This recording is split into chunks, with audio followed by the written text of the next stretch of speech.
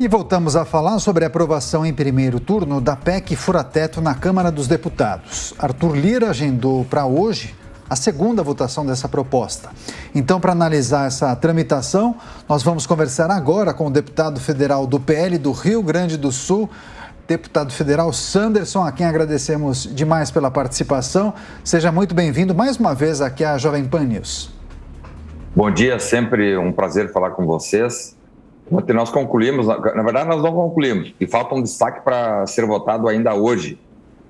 O Coronel Tadeu acompanhando também essa votação, e com a redução de 2 para 1 ano, muitos deputados que votariam contra acabaram mudando de posição. Mesmo assim, tivemos bastantes votos, não foi suficiente, claro, para derrotar essa proposta, mas deixamos bem registrado aquilo que pensamos sobre essa proposta que alguns chamam de PEC da gastança, PEC Fura-Teto, outros estão chamando de PEC do Lula. O fato é que toda aquela responsabilidade que nós tratamos nesses 4 anos, a coisa pública aqui em Brasília está indo por água abaixo. Eram necessários apenas 52 bilhões de reais para fazer a complementação dos 400 para os 600 reais, e foram aprovados ali 165 bilhões de reais, ou seja, um valor muito maior do que aquele necessário. Então, para nós estava muito claro a tentativa de restabelecer aquela velha farra com o dinheiro público, irresponsabilidade que fez o Brasil mergulhar em índices inflacionários grandes, com falta de investimento, com desemprego, e o Congresso novo, a nova Câmara, o novo Senado, terão compromissos muito sérios, caso essa PEC seja aprovada, porque temos todo o segundo turno ainda, com a aprovação ontem, em primeiro turno, do texto principal.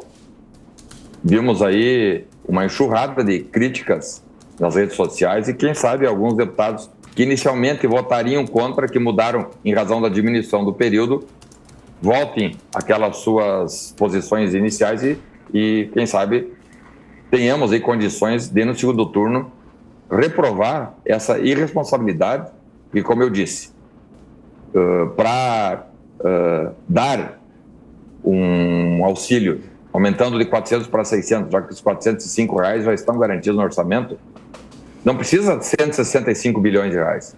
E quando a mensagem vem e é entregue à população brasileira, uma mensagem leviana de gastança, isso pega muito mal, não só no Brasil, mas também internacionalmente, porque os investidores olham e fazem cara feia para um futuro que se avizinha com irresponsabilidade, com leviandade, com pouco caso às contas públicas, e o equilíbrio fiscal que foi estabelecido nesses últimos 4 anos não pode ser perdido, porque é com o equilíbrio fiscal que nós temos geração de emprego, inflação baixa, investimentos exteriores, e assim, nesse quadro que está se pintando, nós teremos provavelmente um 2023 muito duro, porque a economia brasileira não é tão resiliente assim. Não tem a resiliência de economias como a economia americana, ou até mesmo como algumas economias da Europa.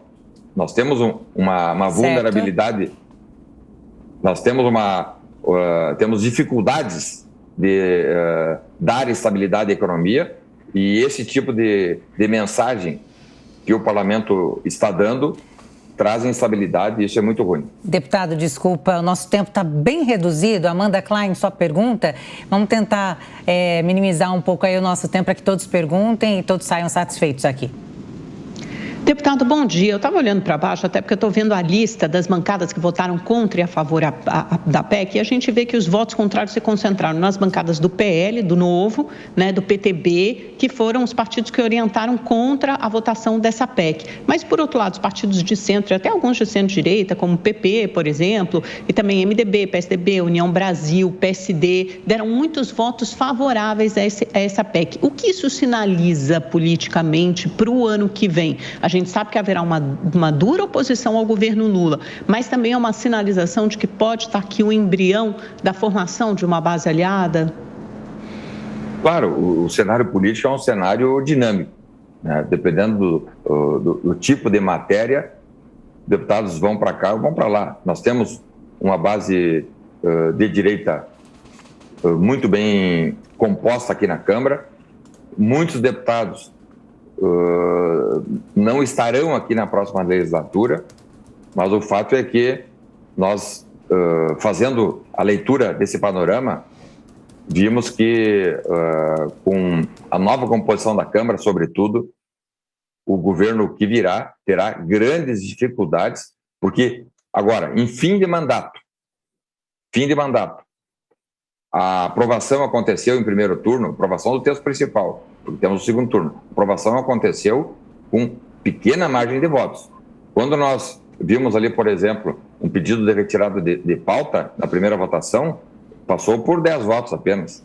Então a margem é muito pequena e isso nos deixa bastante entusiasmados até para, a partir do ano que vem, com a Câmara renovada, com um esforço renovado, fazermos inúmeras reformas que temos que fazer. Nós tratamos essa semana, inclusive, com o presidente Arthur Lira, se me permitir, né, de votar. Esse ano não vai dar mais, mas temos que votar, por exemplo, fim do foro privilegiado, possibilidade da prisão após a segunda instância, que são temas que estão sendo pedidos pela sociedade brasileira e não foram votados nessa atual legislatura, e a própria legislatura tem esse compromisso de fazer. Agora a pergunta do deputado Coronel Tadeu. Bom dia, Sanderson. A votação ontem foi por 331 votos. Será que há possibilidade de se reverter 23 votos para que eles não atinjam o quórum necessário para uma derrota nesse segundo turno? Num cenário, num quadro de 513 deputados, isso aí é 5%. É possível, sim, fazer essa modificação e, em especial, depois da enxurrada de críticas que deputados que foram eleitos com o apoio de Jair Bolsonaro, por exemplo, e que votaram a favor da PEC do Lula. Esses deputados mesmo, aqueles que não foram eleitos, têm compromissos a cumprirem junto a seus eleitores. Então, tem essa possibilidade, sim. Nós estamos, inclusive, mapeando o quantitativo de votos e, quem sabe, agora, no segundo turno, tenhamos condições de derrubar. E, em sendo derrubado, em segundo turno, a PEC é rejeitada e aí um cenário novo se cria. Agora, deputado, eu queria um rápido comentário do senhor em relação ao desfecho sobre o recurso do orçamento secreto. Foi uma boa saída? O que o senhor e os integrantes do PL acharam dessa decisão? Na verdade, nós temos aqui já no parlamento, o Coronel Tadeu sabe, emendas individuais que são impositivas e emendas de bancada. Esse recurso não teria, na minha visão, não teria que estar na mão do parlamento, teria que estar na mão do Poder Executivo. E qualquer tipo de manobra que se faça, né, vai trazer um desconforto. Alguns dizem que mesmo com essa modificação feita pelo Congresso, não haveria a transparência desejada.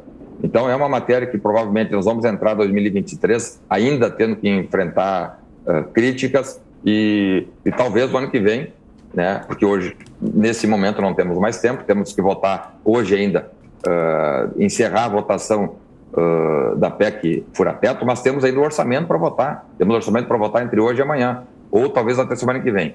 Então é uma matéria que fica aí pendente de solução. Muitas críticas ainda pairam sobre o orçamento secreto, o orçamento as emendas de relator, que mesmo com essas modificações ainda não foram suficientes para dar a transparência que a população brasileira e a sociedade brasileira precisa e merece. PEC fura-teto, orçamento secreto e também orçamento para 2023. Assuntos tratados com o deputado federal Sanderson, do PL do Rio Grande do Sul, a quem agradecemos mais uma vez pela participação. Deputado, bom dia e volte mais vezes aqui à Jovem Pan News. Obrigado, um abraço. Um abraço.